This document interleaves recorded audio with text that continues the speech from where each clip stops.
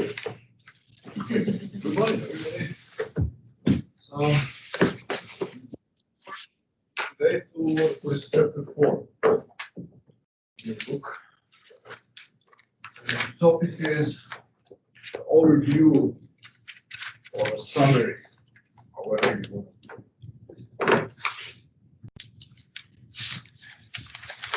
Overview of prices.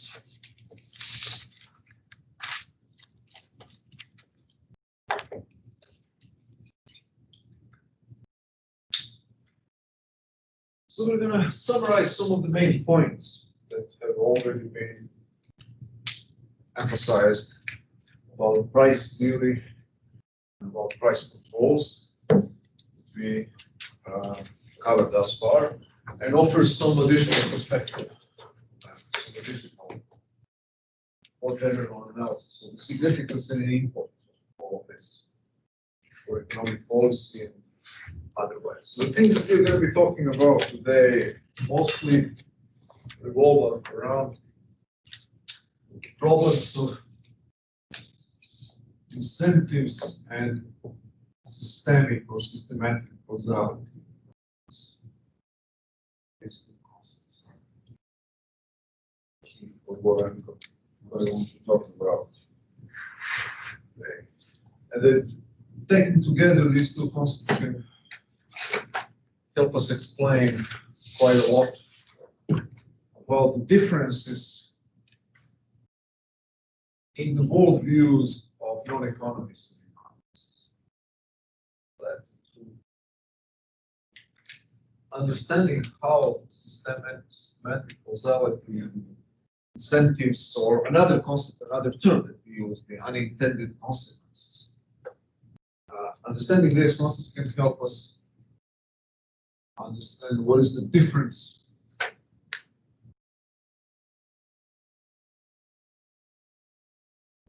in the way how economists and non-economists look at the same set of facts. Economic problems, economic policies, their effects, and so on.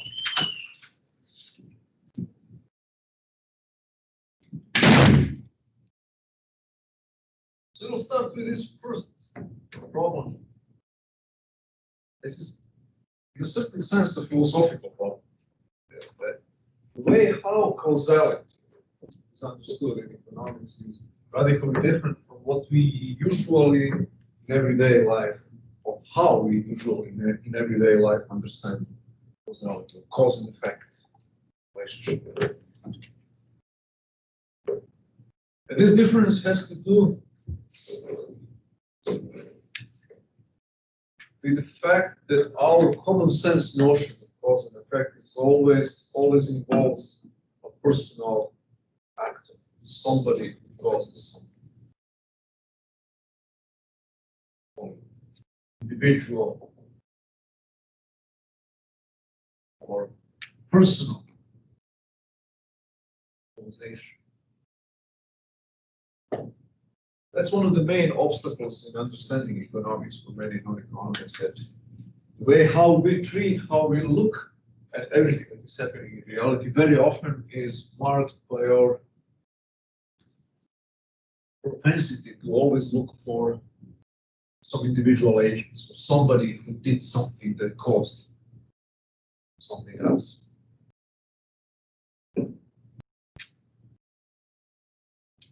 Translated into economics or applied to economics, it looks always as trying to figure out who was responsible or who was guilty.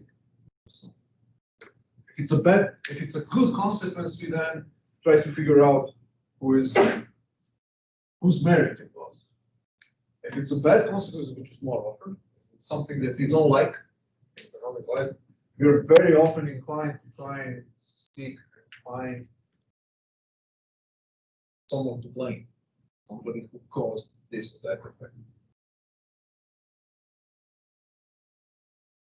And that's a royal road to misunderstanding. See.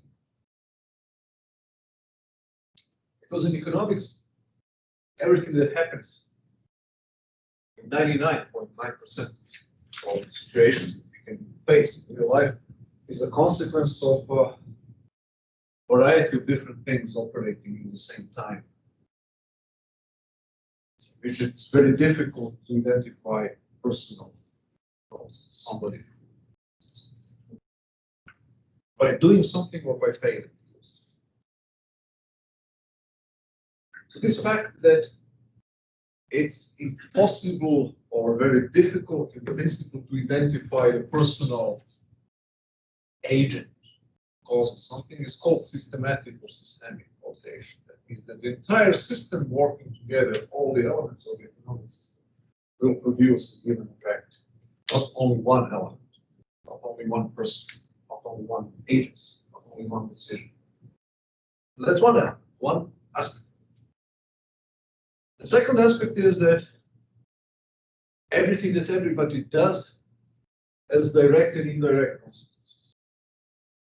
And sometimes it's not, if you want to trace the chain of causation, or to try to figure out whether something that the person A did was useful or harmful, it may not be easy to do it. Or maybe the long-term consequences of what the person does might be bad, or the short-term consequences of good, or vice versa.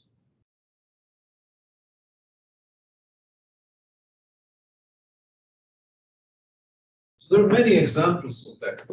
Ignoring systematic causality is a royal road to bad economics. One example that we analyzed last time was price controls. It's a rent control.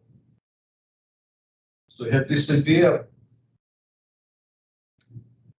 that there is not enough apartments at affordable prices that can allow poor people to rent enough of those apartments. That's one economic fact that you want to explain, to find the causes. And since you're inclined, and every one of us is inclined to some degree, or greater or smaller degree, to try and identify personal causes, the way how people usually explain this. And politicians are very happy to oblige this explanation. To reinforce somebody is to blame. It's the greed. It's greedy landlords who charge too high prices. That's why prices are high. Now, how this problem is to be solved? By making them change their ways. By doing something about greedy landlords, by preventing those agents who cause this fact that we don't like high prices of affordable housing to reduce prices. And what we do, we simply order them to lower prices. That's a price ceiling. You cannot charge $900 for a rental unit because that's bad, that's greedy, that's exploitation of tenants. You can charge only $700. Now, in reality, we've seen last time what happens, what a variety, like a train of causation that you put in motion once you enact such a policy. Many of which you didn't anticipate, and many of which eventually result in the opposite effects of those that you intended to expect.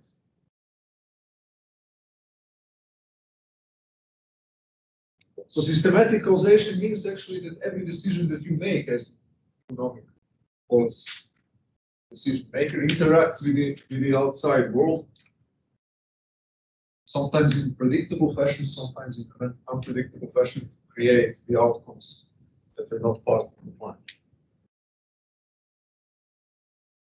And then you have to understand the art of economics is actually to understand this network of causes and effects, to understand how things work, quote unquote, economics, in order then to be able better to predict what's going to happen if you try to manipulate one aspect of one part of the system. And in order to do so, the problem now is here. This is maybe the key problem. We are common sense beings. That means that we are always inclined to believe what we see and what we hear and what we can touch and satisfy ourselves as to its existence in reality. That way, we treat that as being more real and more important than what we can deduce logically, but cannot attest ourselves to. That's natural instinct that all of us have. Do you believe to your own eyes? How many times have you heard somebody tell you that, or how many times have you thought? That's the supreme test of reality and truthfulness. It's something that you can attest it with your own eyes and with your ears. The problem is that the basic economic laws and the way how causality operates in economics is such that very often you cannot empirically attest the most important facts, the most important things about economic life. Very often cannot be seen or touched or experienced. That means that they require kind of logical reasoning. That's the mechanism how you discover and understand the laws of economic behavior is by logical reasoning, which is very often abstract and it very often operates on a speculative level. That means it goes beyond the directly observable facts and operates with counterfactuals. Imagine if this happened, that will happen. So this is way more abstract and way less convincing to everyone of us, including economists. And yet, it is true. It is much closer to the truth than our reliance on empirical observation. What I mean by this? I mean by this, in order to unintended consequences, say that it's not important what the intentions of economic policymaker are. What is really important is what are the outcomes. And in order to understand that, to some degree, be capable of predicting the outcomes of something, you have to understand the logic of what is going to happen, such as this logical price ceilings and rent controls.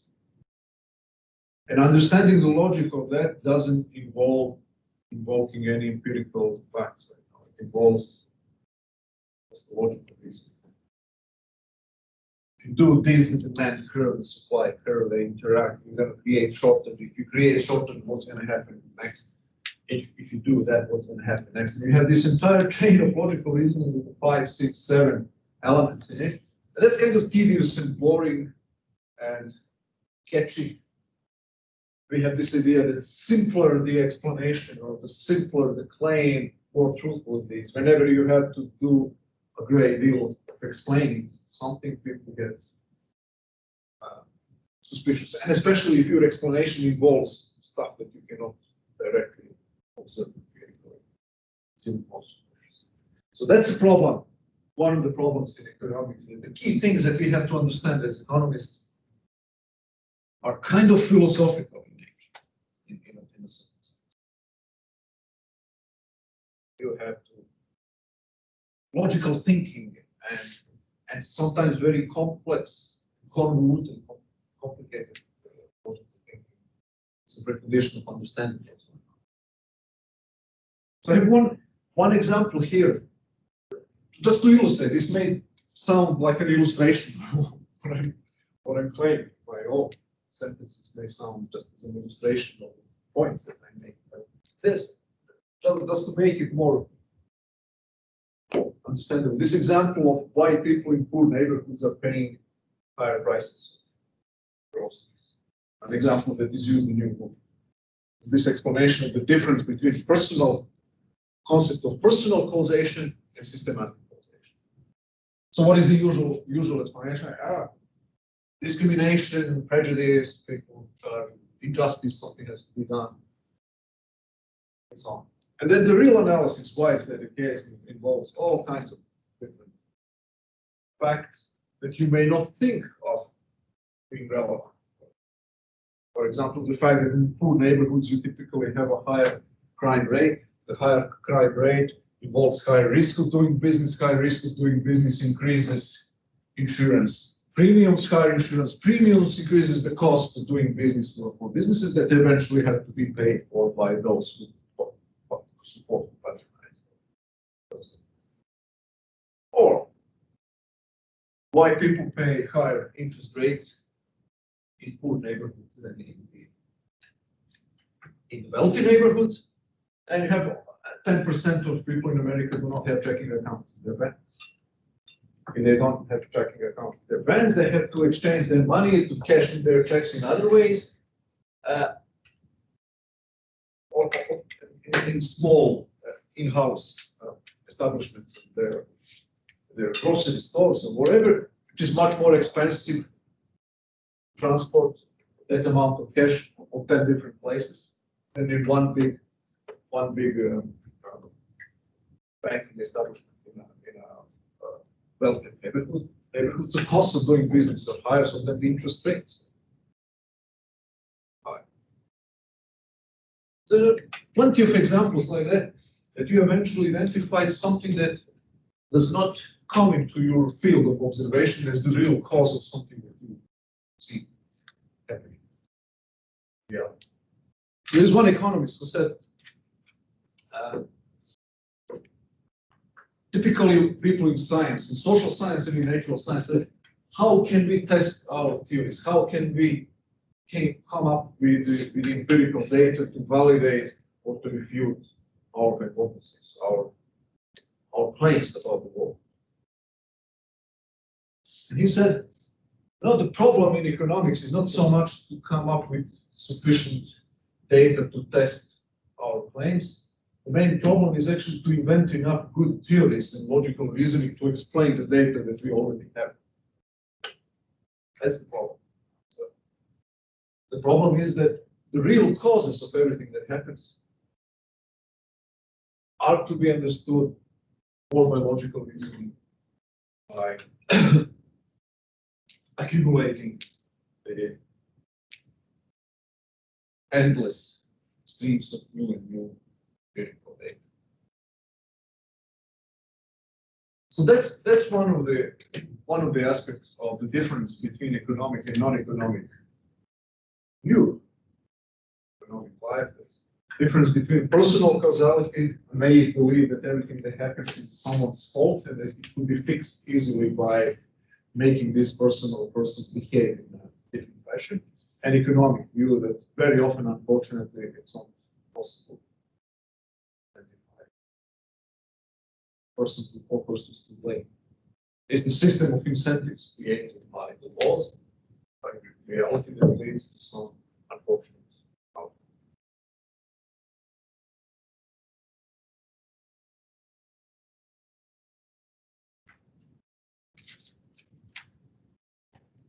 So that leads us to the second aspect of the problem. It's also here. The relationship between, when we think about what is then rational behavior in the economic system. What is rational economic behavior? We can distinguish two things. What is rational for an individual to do? That's one thing. In a given system, whatever the system it is. And what is a rational system?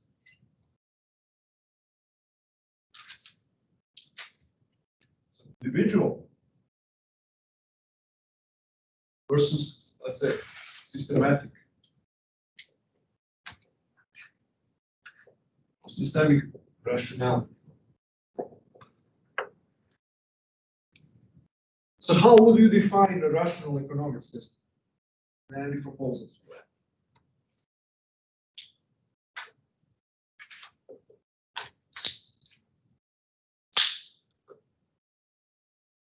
Any proposals?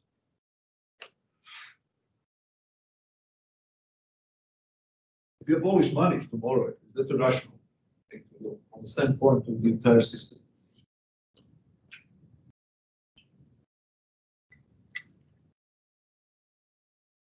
What about imposing universal price controls? These are easy, probably not. either one. But increase taxes 2%. No, it depends. It might or it might not be, depending on the details of criminality. Like you can say that rationality of the economic system is a feature of the system that it should be expected to produce the maximum economic welfare for all individuals.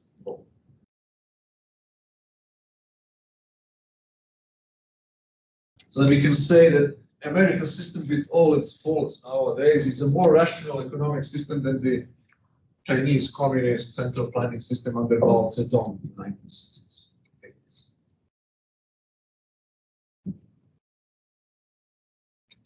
That's a systematic rationality. So that's a feature of a system that it delivers the results that we consider to be more or less consistent with individual and collective human welfare. A more rational system would be delivering higher utility for the members of society. Now, this is not to be confused with what is a rational individual behavior under any given system. So what is a rational individual behavior in capitalism, in which there is private property and price system, and a system of profit and loss? What is a rational behavior for an entrepreneur in a pure capitalist system? Can you take advantage of your consumers and produce lousy goods and charge high prices? Is that a rational thing to do? Try to do? What? This is not a rhetorical question, by the way. The question that you ask, knowing the answer in advance. It's a real question. There are disagreements about this. So interesting what. The short-term benefits are good, but then in the long term, it's bad for the brand. Yeah. So why is that? So your claim is actually short term you might be earning a lot of money, but in the long term it's bad. Yep. So the reasons for that, one, you mentioned one reason, it's bad for the brand. What does that mean? So the consumers, after they buy the product, are going to be like, it hasn't worked in the past, or the quality wasn't as good as in the past. So let's switch brands and go to something else.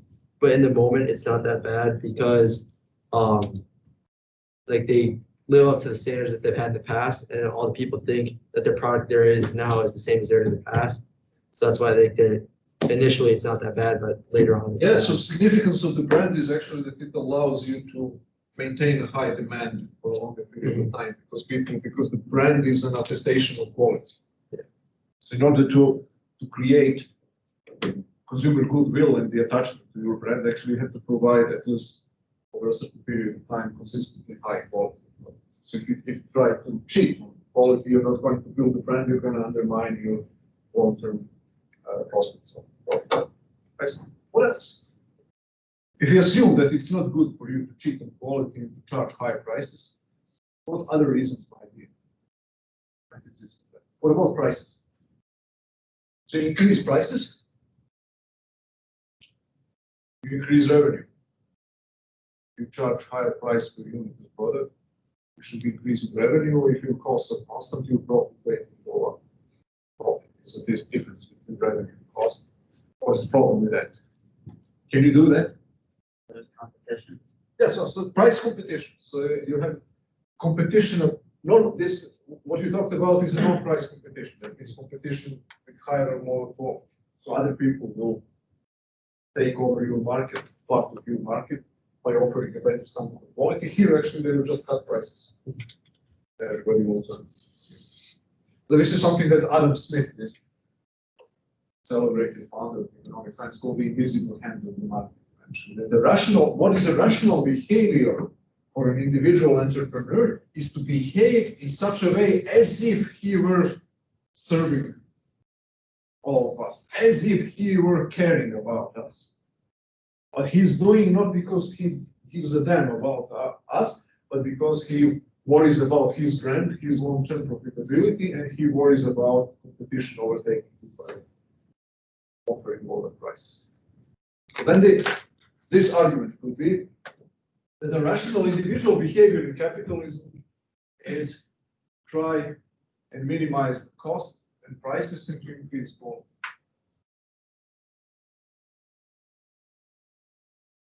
Now, does anything change, for example, if you assume that you're a banker and you earn money, whatever money you earn, but then if you fail, if you go bankrupt, the government is going to bail you out. Bailout guarantees for private businesses. How does that affect rationality, individual rationality? What is the rational thing to do for an individual?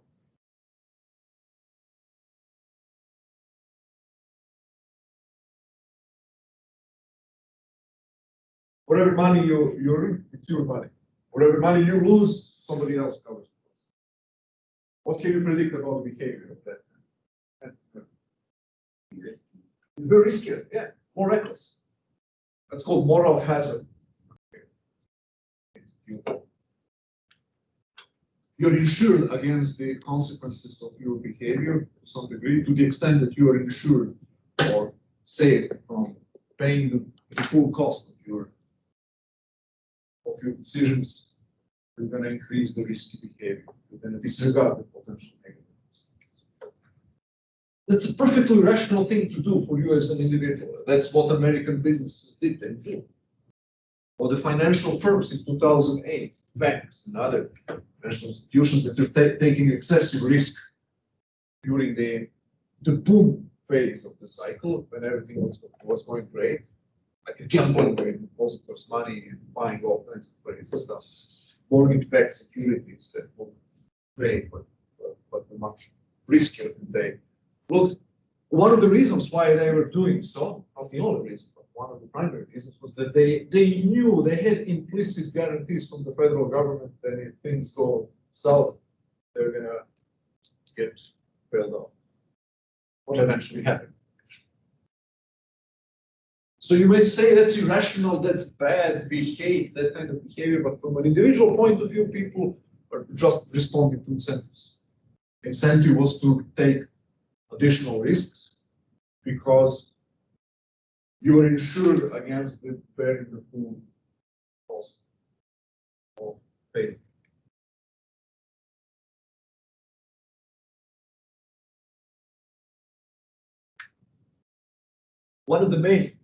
Another example.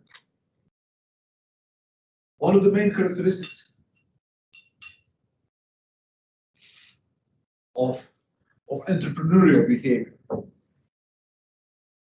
Okay, what is it? Can you list a couple of characteristics? What is it that entrepreneurs do that they deserve praise from other people? Services that entrepreneurs provide to society, the capital system. Or virtues that they embody. At least in theory they should. Sometimes they lose.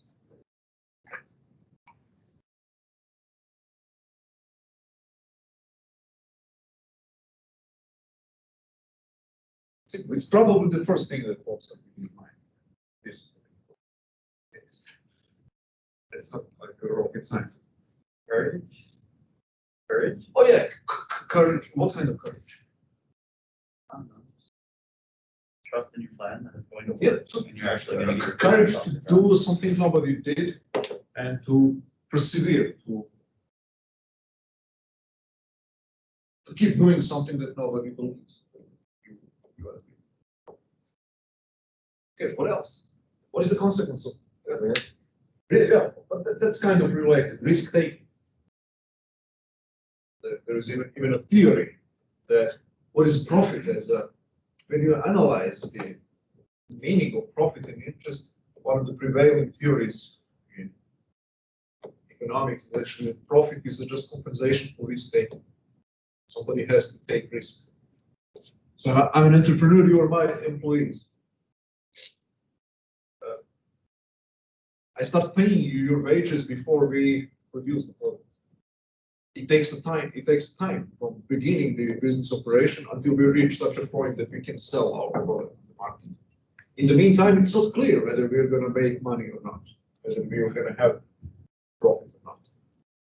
But you receive your wages nevertheless. So that means once the product is ready and you start selling it on the market, we receive revenue, the surplus value beyond the costs that we received goes to me as a compensation for risk taking, because I was borrowing money from the banks. I was investing my personal savings. I was taking the risk that we might fail. Your risk was far lower than mine. You receive your wages, your income already. You may lose your job if you fail, but that's far less of loss than if I lose everything that I invest. So then profit is a compensation for my willingness to take risk. So that's one of the prevailing views, and that's the explanation of why, for example, profit is not an exploitation of workers. The Marxist theory, Karl Marx's theory in the 19th century was that capitalism is an exploitative system because entrepreneurs, owners of the capital, they appropriate the surplus value. They're saying that money that goes beyond the cost of production, part of the revenue that goes beyond the cost of production. So that's exploitation. Why don't the workers receive profit? Because they produce goods and services. That the response to that by a more sophisticated economic theory that came along later on is that one of the main reasons for that, there are other reasons as well, is that somebody has to take risk, and taking risk is costly. That's a positive service that entrepreneurs render to the society. They have to be compensated for that. If you don't compensate for that, nobody will be taking risk. Without taking risk, we will fail to do what? What is one of the main consequences, one of the main results of entrepreneurship? It's courageous risk-taking behavior.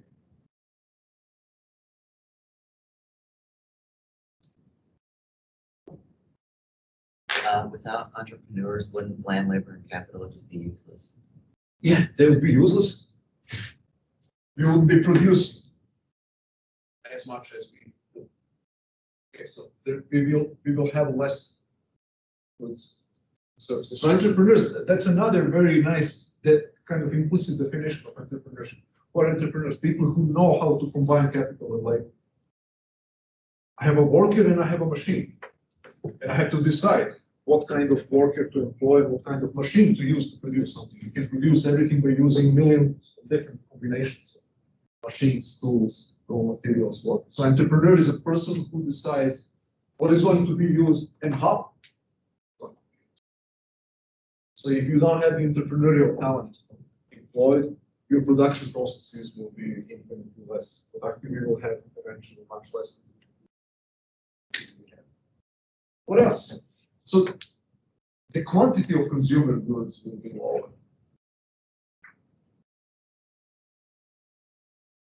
What else will be lacking? Simply jobs. Simply Jobs. There's jobs. Okay, yeah. Jobs. People will be working less. Competition. Competition. Okay. But competition is not an end in itself. Competition is a means. Or an end. Means. Yeah, it would be like. But what else? What is one of the main characteristics of entrepreneurship? You hear about every day in newspapers. What I do. In high-tech industry. That kind of part. Innovation. Making new things that didn't exist before. Not only increasing production of already existing products, but making new and better products all the time. So innovation could be all kinds of different kinds of innovation that exist. One of them is technological innovation. You make a mobile phone instead of landline. You make a laptop computer instead of desktop computer. You make a better new generation of laptop. Make a better car. Honda Civic or whatever, Toyota, or always nowadays is a better car than any car that existed in 1989. I know that because I was a monk. There are also other types of innovations, organizational innovations. So you can organize your firm in one way, or you can organize it in another way. If you can make money by, for example, creating the assembly line, invented by a great American entrepreneurial hero, Henry Ford. you can earn much more money, and then everybody else will be emulating you. Because that's one of the innovations. Another American hero, John D. Rockefeller, invented something called vertical integration. That means that instead of, for example, if you have oil production, instead of having 3 or 4 different firms operating at 3 or 4 different stages of production, let's say gasoline, you integrate them into one big business operation. So instead of having one firm drilling crude oil, and selling it to refinery, and refinery refining oil and selling it to distribution network, and distribution network selling to consumers, you unify oil drilling, refining, and distribution into one big firm. It was John D. Rockefeller who discovered that you can cut your costs dramatically this way and produce the same good at much cheaper prices to the final consumer than if you just maintain the same business model. So now that's a rational behavior in a capitalist system. Why is that a rational behavior? Because you can earn money by innovating. Yeah. It's your money, you invest your own money or borrowed money into a new firm that vertically integrates. If you succeed, you get profit. If you fail, you lose money. If you believe that your idea is good, it's a very rational thing to do. Try and undertake this risk, take this risk of trying to do it. Now, going backwards in socialism in the 20th century, in the Soviet Union, in which government owns and operates all means of production. Everything is owned by the government. You don't own a factory you work in. So you have also a CEO, something that will resemble a CEO, the director or general manager of a factory in a Soviet socialist country. But you are not the owner of the enterprise. The government decides what are you going to produce, how much. And you discover that something has to be done. You discover some of the things that you might discover as an entrepreneur in capitalism. Is it rational for you to try and introduce certain technological or other innovation in that kind of system? You work for salary. Your salary wouldn't change no matter what. Your salary is not determined by the evaluation of the consumers. As in capitalism, your salary is determined by the government decision. It won't change no matter what. So what is then the system of incentives that you are facing as this director or manager of a socialist enterprise in the Soviet Union is to try to keep a low profile and keep your head down, not to offend higher ups, and just do the thing in the same way that it's been done forever. Because innovating and making noises and trying to do something differently is a recipe for political retribution. If anything goes wrong, you're going to be blamed. So then it's a rational thing to do for you to behave in a manner which is considered to be highly inefficient and irrational in capitalism. That's the difference. So then the absence of innovation, the absence of economic growth in socialism was not caused by the stupidity of their bureaucracy or by the stupidity of Russian or Chinese people, so on, but by rational response. People, bureaucrats, everyone else, to the system of incentives introduced by the socialist system. If you introduce a successful innovation, you are not going to benefit from it because your salary is already determined. If it fails, you're going to get blamed. Of course, that you're not going to be very likely to try and introduce any innovation.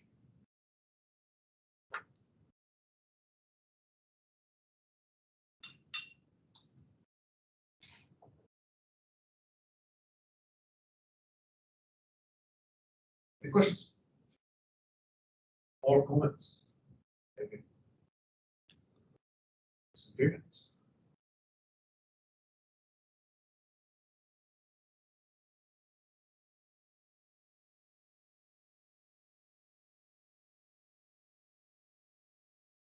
Okay. Let's move now slightly to one issue that was mentioned in the previous discussion here, but we haven't discussed it in greater detail, the problem of competition.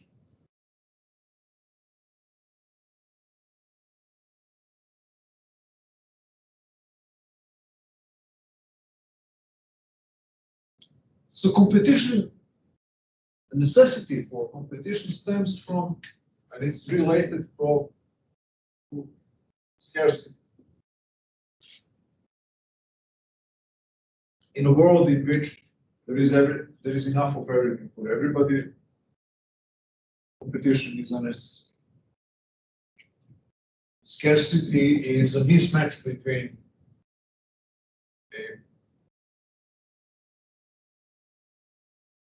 unlimited wants or needs that we have, and unlimited goals or ends that we have, and limited needs to satisfy those goals or ends.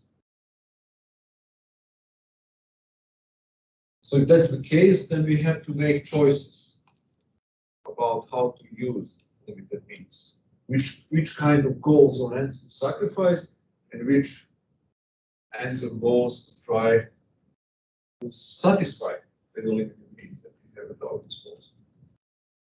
So scarcity dictates choice.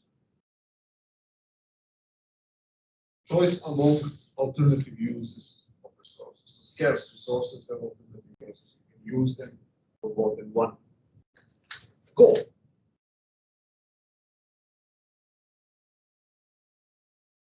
And what is also implied in an act of choice among alternative uses is a competition. To remember that whenever you decide to do something from that elementary level, your time, or actually different things that you can do with your time, compete for any given hour of your life. Whenever you do X, you sacrifice a number of other things that lost the competitive bidding of your time, whatever you ended up doing. So that's the most primitive level at which you can see how the concept of competition operates. What we mean by competition, most frequently in economics, is actually competition between different business operations for the limited resources of consumers' money. Makes them to buy this person instead of that person. But you have to take into account this kind of broader philosophical meaning of competition. Competition is not just business firms trying to entice customers to buy from them rather than from the other guy. Competition is a universally existing mechanism of rationing for the use of resources, so deciding who is going to get what. So you have competition even if you don't have a price system, even if you don't have money. Some mechanism has to be discovered who is going to get what. Whenever you have scarcity, you have competition, no matter what is the mechanism of competition. The price system is the most commonly used competitive mechanism. Whoever pays, even gets good question. But even if you don't have prices, you will have a variety of other mechanisms. Violent exclusion or violent appropriation using coercion and violence is a competitive mechanism. The stronger guy will steal a resource, the weaker ones will go without. That's also a competitive mechanism. Or first come, first serve. That's another. So if there is 20 of us who want to have a chocolate cake, and there are 5 chocolate cakes, we can ration the use of chocolate cakes by making only people who offer the highest amount of money get cakes. But if you decide that this is an unjust system of competitive bidding for a good, we may decide, for example, to put the cakes here and then make everybody run from the library to here and first 5 persons. And I will get the cakes. That's also competitive mechanism, different kind. It serves the same purpose, actually, deciding what is going to be, how the existing scarce resources are going to be used, which 15 potential utilization are going to be sacrificed, and which 5 utilization are going to be achieved, which 5%. Yeah. Okay, with that being said, there is one important aspect of market competition that there are actually two related aspects of market competition.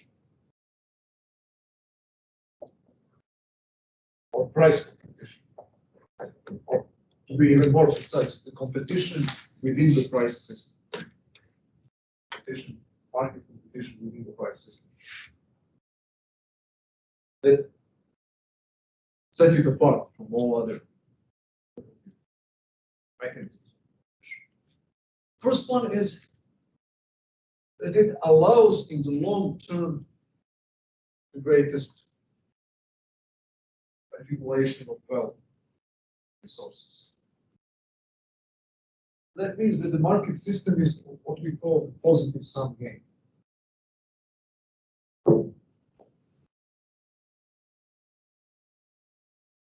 It still comes from something called game theory. It's a mathematical framework for studying human interactions.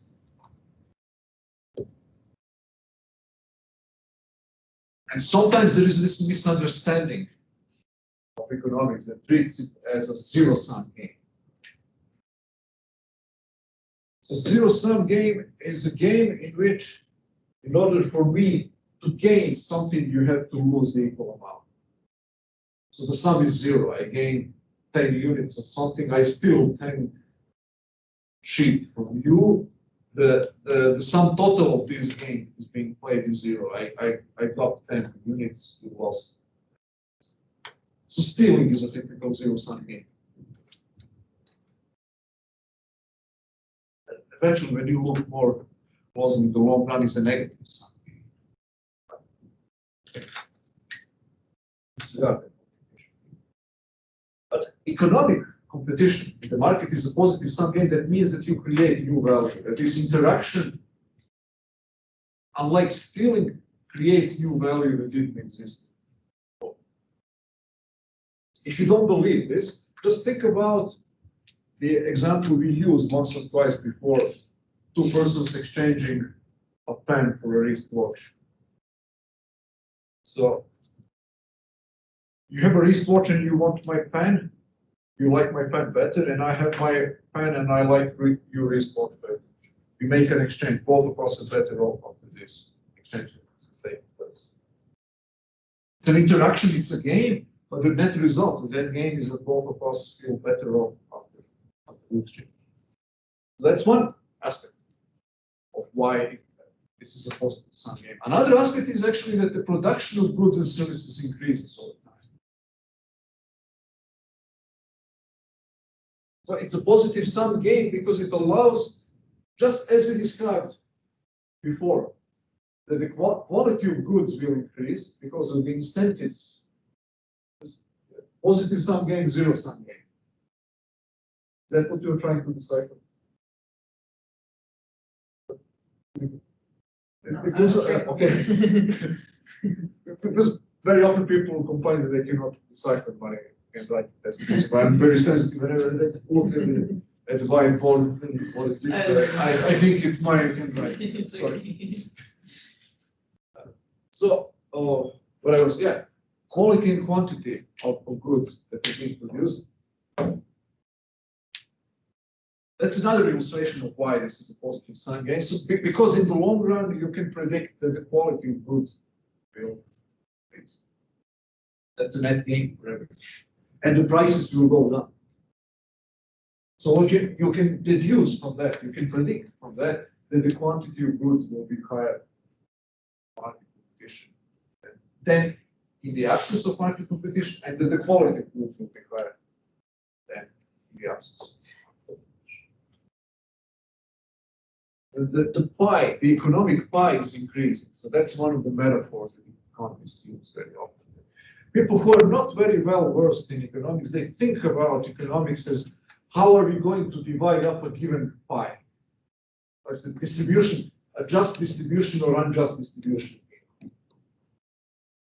I sometimes call this cauldron and ladle model of economics. The idea that economic wealth is some kind of centralized cauldron with a soup or any other dish, and that the economic distribution is just like some nice guy standing by and using a ladle to give to everybody a certain amount of soup, and then we judge how just the system of distribution is, how equal it is, or how much everybody gets. And all this ignores the fact that economics is not about dividing up something that exists in and of itself, but it's about producing more. Or to be more precise, that actually the distribution of who gets what is the same process as producing. You see, why Jeff Bezos gets the money that he gets. If you assume that he didn't steal anything and he didn't cheat on his taxes and so on. Take whatever entrepreneur you consider to be a paragon of clean business. What determines his distributional share, how much money he receives as compared to us, all of us. He produces something that he sells to somebody else who's willing voluntarily to pay. So his distributional share is created in the same act in which people voluntarily decide to exchange their legitimately owned property. Whenever you pay for a book or for something else on Amazon, you're creating distributional, you're increasing distributional share of Jeff Bezos. It's you who are responsible, and me. How many people here have the Amazon Prime? Majority. So it's your fault. If you don't like Jeff Bezos having so much money, stop buying from Jeff Bezos. It's not some magical, there's not evil guy standing around and stealing money from you and me and giving it to Jeff Bezos. It's you and me who are creating his wealth. And more importantly, why his wealth, why this process is a positive sum game. Jeff Bezos gets our money. What do we get? We must be getting something in exchange. Otherwise, you wouldn't be having our Amazon Prime accounts and buying all kinds of things.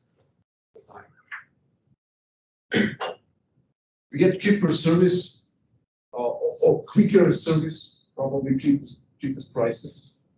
If you cannot find something on Amazon, it's very unlikely that you can find it anywhere else. So kind of all kinds of products and services from Amazon that you're ready to pay additional money for.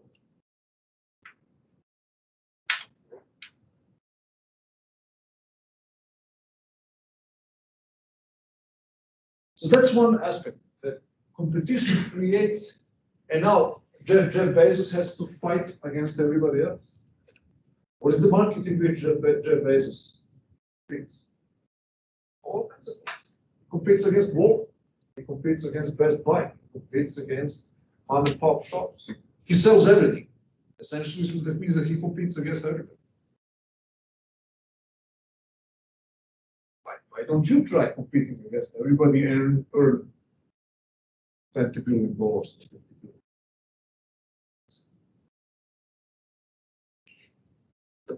Okay, so that's one aspect. So you don't have that kind of net gain in any other conceivable competitive mechanism. You don't have it in socialism for the reasons that we've seen. You don't have it in a whatever feudal system in which king is the owner of everything and his aristocratic allies are just people who work for him. Actually, there are close resemblances between socialism and feudalism. The relationship between the central planning body and the Communist Party and its local functionaries and bureaucrats is quite similar to the relationship between the king and feudal lords. That's a second issue. But there is no conceivable alternative economic system in which you can derive this. But there is something else here. Well, additional twist here. And it is that the price mechanism and market competition allow people to cooperate on an impersonal basis.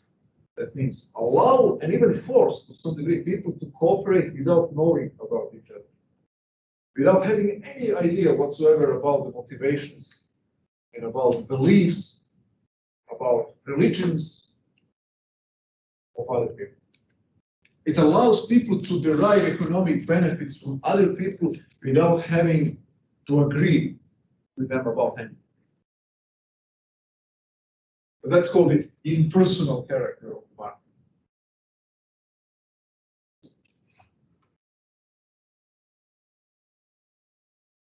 Of market competition.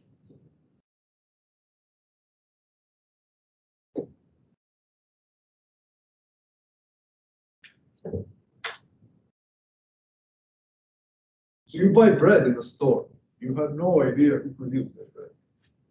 If you knew, maybe you wouldn't have bought.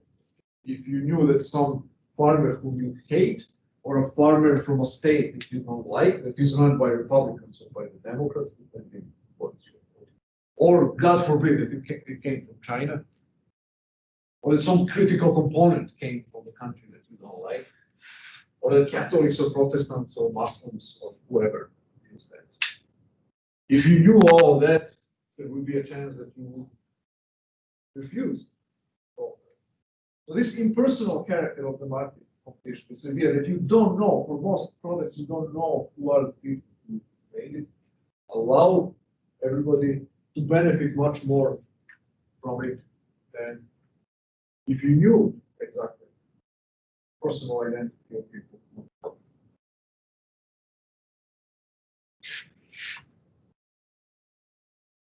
We're responsible for its production.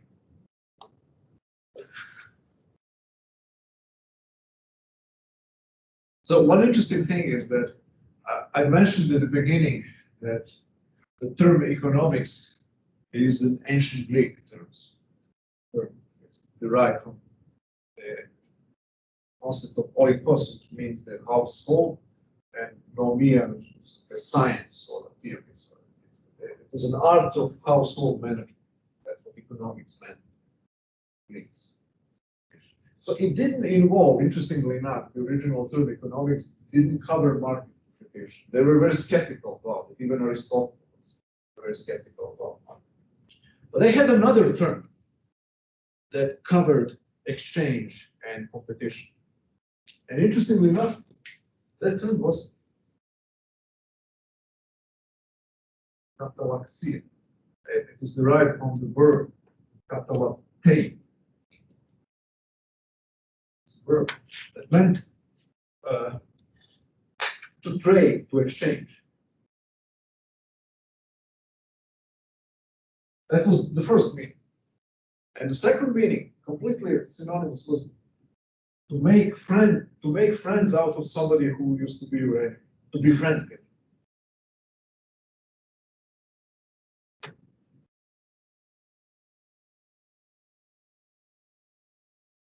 They use the same term to describe exchanging goods and services and making friends.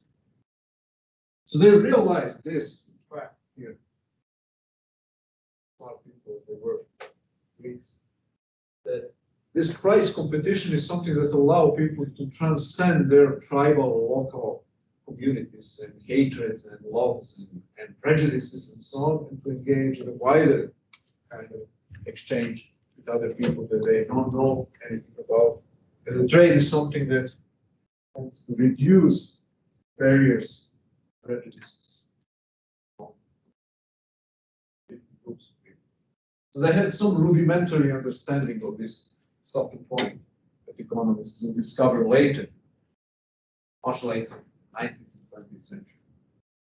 So the price system, by its impersonal character, allows a far wider degree of human cooperation than if all cooperation were based on mutual agreement about values, about religion, about politics, about. Imagine if all people in America, if the precondition of our economic cooperation were partisan agreement. in America in 2020. Good luck with that. Nothing will have been produced. So the fact that we don't have to agree about very much in order to economically cooperate is one crucial advantage. Market competition, market system.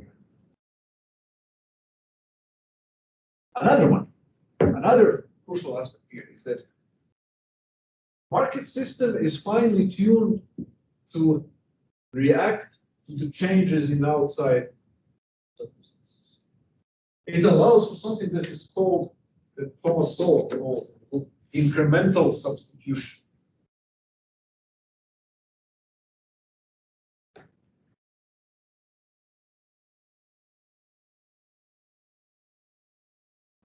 Which is very important for efficiently using and allocating resources. There couldn't be incremental substitution without the price system. So what incremental substitution means?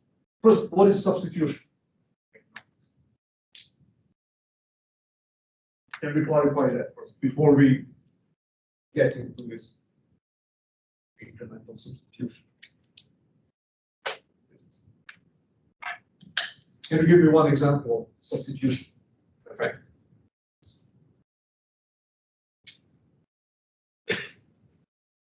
What substitution means in general in sports as a substitution? For this guy, I don't like him. Substitute. Put someone in place of. Yeah. So replacement, substitution is a replacement. So what kind of replacement is happening in economic life all the time? And why is it incremental? What incremental means? Bit by bit. Yeah, bit by bit. Or called marginal. Or it's not the opposite of incremental is categorical. That means I was using something and I decided to stop using. I was using aluminum and then I substituted the aluminum by steel. So now I'm using steel and not using aluminum. So that's categorical. Incremental substitution means, okay, I'm going to reduce my use of apple juice 5%, and I'm going to increase my use of beer 3.5%. What is the reason why people substitute? Why people turn, for example, from oil? There is a substitution going on in America now, for example, from coal to natural gas. Americans are using much more natural gas to power plants and to heat homes than coal, as compared to the situation 20 years ago. What is the reason?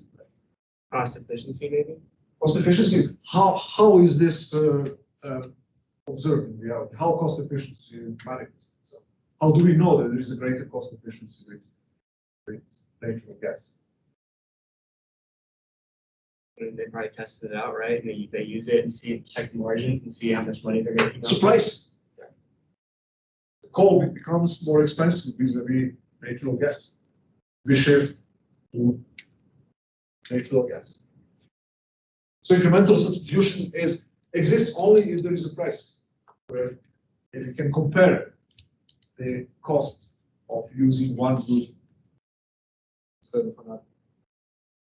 If there is no price, there would be incremental substitution. Why is incremental substitution, for example, when it comes to natural resources, very important? Not only for economic reasons, for environmental reasons. Why substitution is crucially important for preserving the environment?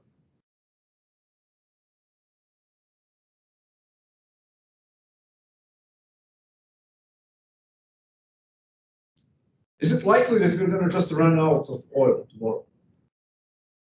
You wake up and you say, sorry folks, no gasoline for cars anymore. You have to walk. Or go back to horse and buggy. Why is that unlikely? Because as like is not, we can't access it as much, like our raise the prices unless people start buying it. Yeah. We would that wouldn't happen overnight, actually. The reserves would be falling months or years or sometimes decades in advance. If reserves start falling dramatically, what's going to happen? The price of oil will increase dramatically. So the first order effect would be rationing consumption. Whenever the price of something goes up, people will buy less of that. And the second order effect would be just like in the example of coal and natural gas. People will be moving to environmental, to other sources of energy, renewables, nuclear, natural gas, and so on. So now the supply of oil will be preserved. If it gets scarcer, if it really gets scarce, then the price will skyrocket and people will reduce greatly the purchases of oil and will move to other more abundant sources, cheaper sources. And we'll preserve oil for later on. That's how environmental, that's why the price system is necessary for protecting the environment. Because that's the only signal that you have about the relative scarcity. If you don't have a price system, you may end up destroying supply of oil without knowing.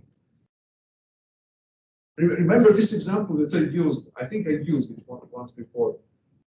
This question that I had for you, what is the best electrical conductor? You know, which metal is the best for conducting electricity? Silver. Silver. Which one is used in our electrical?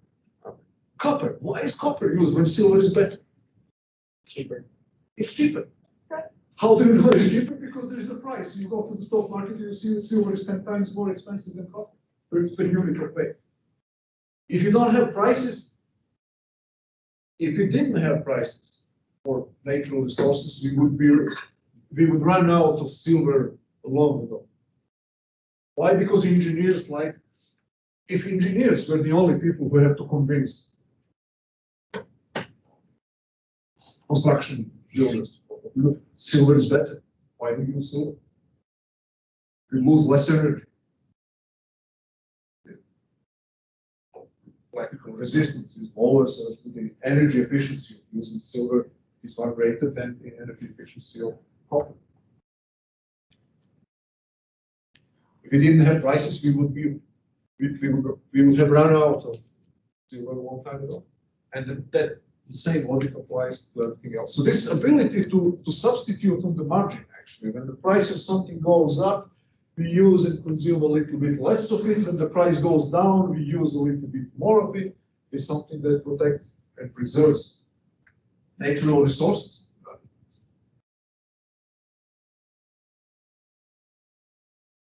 And this logic, this incremental substitution, is a characteristic feature of the price system. Doesn't exist, cannot exist by very definition in any other system.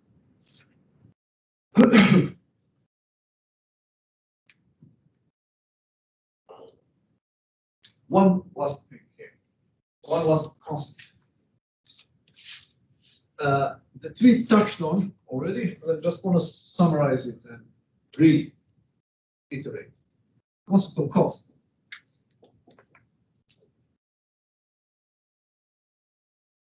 So one of the biggest, or one of the very widespread misconceptions about cost is reducing it to monetary value.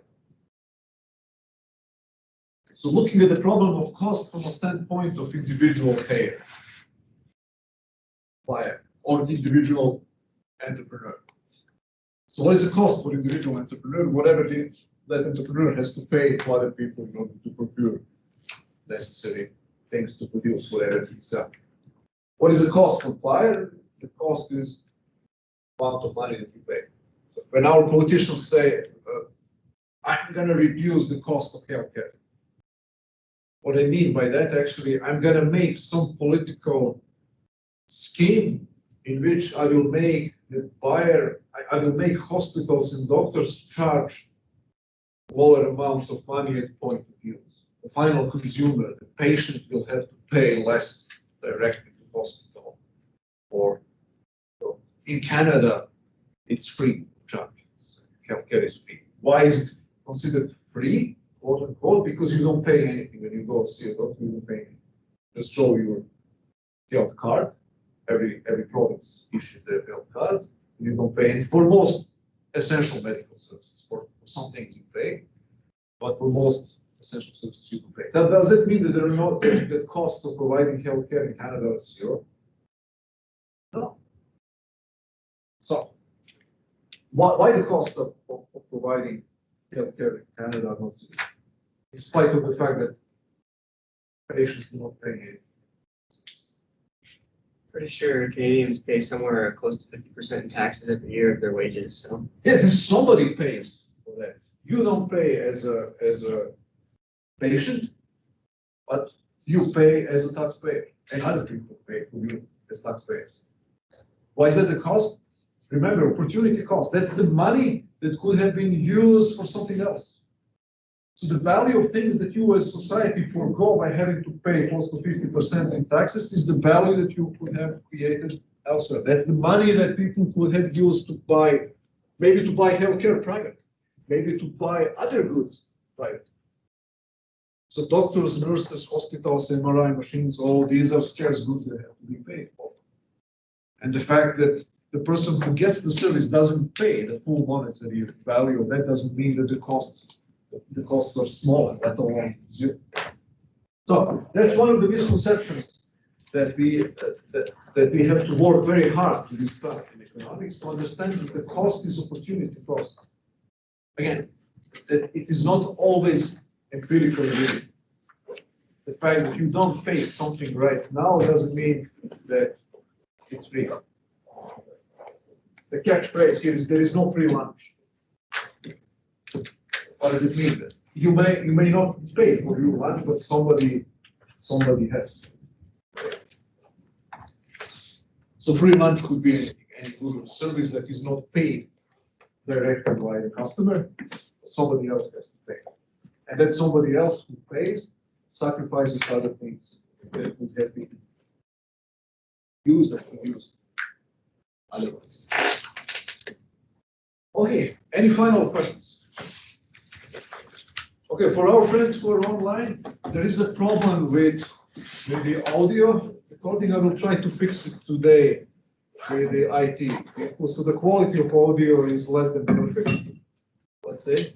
But hopefully from next time on, it will be more consistent. Okay, so see you all next week.